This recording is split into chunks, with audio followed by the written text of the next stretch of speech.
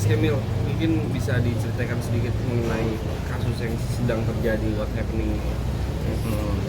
Jadi kasusnya ini sebenarnya berawal dari penipuan umroh dari seorang Acha Prayogi yang sekarang itu sudah mulai berseliweran. Ternyata selain saya banyak korban-korban yang lain juga, termasuk yang Della Puspita dan Bang Arman itu tadi, dan korban-korban lainnya di belakang itu. Nah, sebelumnya itu kami itu tidak saling mengetahui bahwa kami korban dari orang yang sama gitu.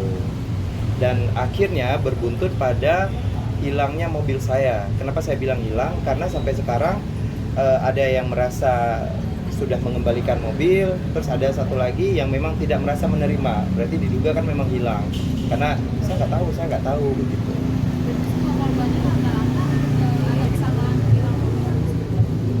Saya kurang tahu kalau yang lain, tapi yang pasti berawal dari masalah umroh ini. Kalau saya sih dari 2019.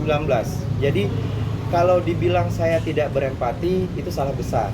Karena satu, kenapa saya terlihat tidak berempati, saya tidak tahu ada korban yang lainnya, saya tidak tahu nominal mereka berapa. Maka ketika saya dengar kemarin ada yang konferensi pers bahwa mengatakan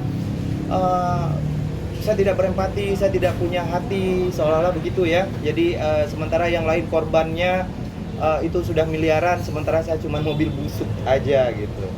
Jadi tidak seperti itu kalau dibilang berempati. Ingat ya, setiap orang ketika mengatakan bahwa mereka sakit hati, rasa sakit itu pasti sama. Jadi nggak bisa dibedain, gue lebih sakit hati, gue lebih sakit daripada lu, gue lebih korban daripada lu, nggak bisa begitu. Kenapa saya akhirnya terlihat egois, hanya mencari mobil saya? Karena urusan piutang itu sudah ada penyelesaian tersendiri ya dengan yang bersangkutan, yaitu Acha Prayogi. Tapi terkait mobil ini ada ketidakjelasan di sini gitu, begitu. Mau foto apa sih, mungkin bisa ceritakan secara singkat gitu dari abang awalnya seperti apa gitu, mengenal Acha Prayogi sampai akhirnya hilangnya mobil abang tuh seperti apa gitu. Baik, awal perkenalan saya dengan Acha Prayogi itu waktu itu saya nyanyi di salah satu acara, ada beberapa artis di situ termasuk saya. Nah, pas ketika deal-dealan ditanyakan, kamu mau dibayar honor berupa uang atau umroh? Saya berpikir kalau uang, insya Allah ada lagi nih ke depan, ada kerjaan.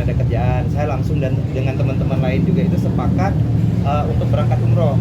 Nah, saya nanya, bang, kalau saya nambah satu orang buat Umi tambah berapa waktu itu? Oh, segini Kemil. Akhirnya saya nambah lah buat Umi. Yang waktu itu dijadwalkan itu keberangkatannya itu di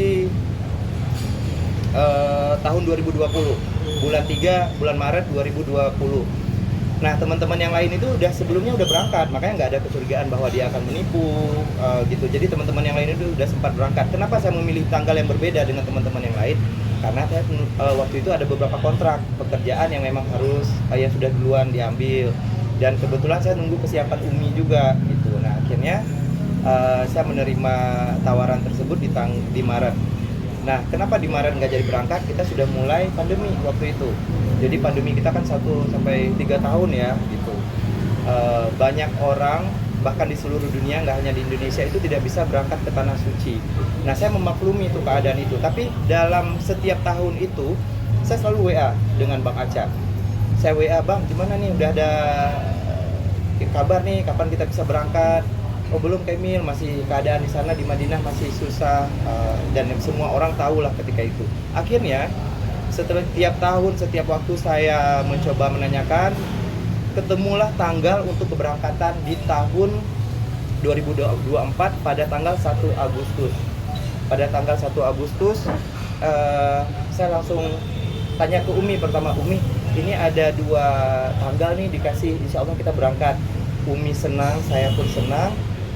Dan kata Umi, kalau di bulan April, kita kan lagi lebaran waktu tahun lalu ya, kita lebaran di bulan April, jadi terlalu mepet nih gitu, maksudnya biar kita siapin. Tapi kata Umi, kalau memang kita harus lebaran di sana, emang kenapa enggak?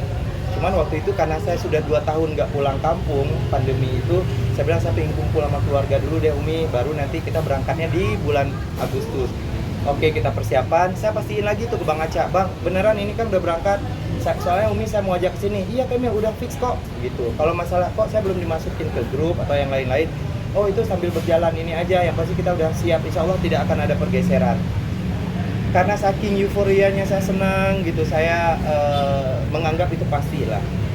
Begitu pasti, saya bulan Juli saya bawa Umi ke sini. Umi berangkat ke sini, saya jemput karena waktu itu saya nggak bisa jemputnya di bandara. Begitu nyampe ke sini, kita dijadwalin sama Bang Aca tuh untuk meningitis segala macam. Jadi sangat terasa bahwa ini real, tidak ada penipuan sama sekali ataupun tidak ada pengcancelan.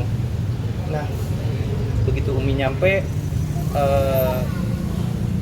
ini saya sedikit share.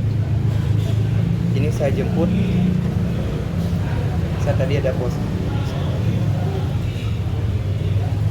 Ini saya jemput sendiri ini.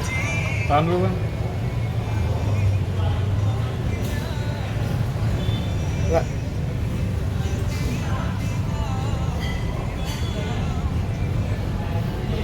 Kemarin bilang kalau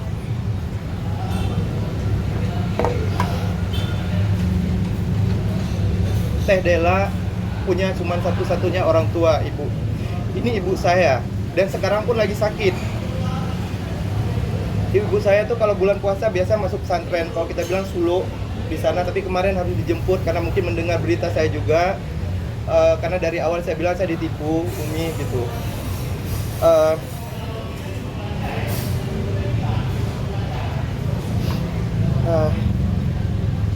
Nggak pingin begini sebenarnya.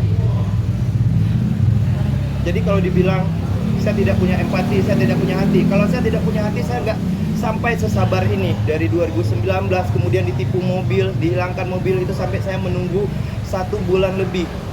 Orang mungkin kalau udah gimana cari solusinya kemana-mana, udah ke hukum mungkin dari dulu. Karena saya dari awal saya berpikir ini bisa diselesaikan dengan cara baik-baik, dengan cara kekeluargaan. Walaupun dari pihak sana bilangnya saya tidak punya itikaf, banyak sekali bukti-bukti yang saya bisa tunjukin. Gitu. Jadi kalau berbicara orang tua, jangan bicara sama saya. Saya juga punya cuma satu-satunya orang tua tunggal yang kami menantikan pergi ke Tanah Suci, pergi bareng. Umi saya tuh sampai bilang, sampai nggak ya umur saya ke Tanah Suci? Semoga Allah kabulkan kami bisa ke Tanah Suci sebelum Umi sakit. Ini tadi malam saya dapat info dari ponakan, karena saya jarang bisa komunikasi kalau bulan Ramadan sama Umi itu, karena Umi di pesantren jadi hampir nggak pegang handphone, jadi paling ada waktu-waktu tertentu. Pas nge-WA, Umi kenapa sakit, saya telepon, iya tadi muntah-muntah, karena Umi itu ada asam lambung juga gitu. Jadi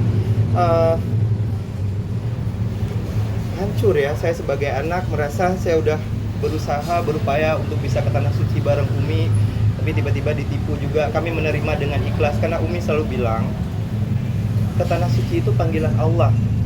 Kalau memang kita diizinkan Allah, kita dipanggil, itu pasti kita akan rezeki ke sana. Jadi kita nggak usah terlalu pusing dengan hal begini. Itu Umi saya dari dulu menyampaikan begitu. Bahkan terkait mobil pun Umi cuma bilang, Mi kita lapor polisi Mi atau kemana. Umi bilang jangan, kita doakan saja semoga ada pengembalian.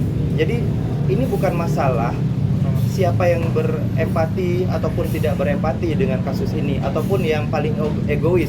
Saya merasakan ini kebutuhan saya, ini hak saya, makanya saya cari penyelesaian. Apalagi terkait mobil, satu-satunya mobil saya yang memang saya cicil ya, walaupun kemarin sempat bilang busuk mobil saya, busuk buat Mbak, tapi itu hasil jerih payah saya yang saya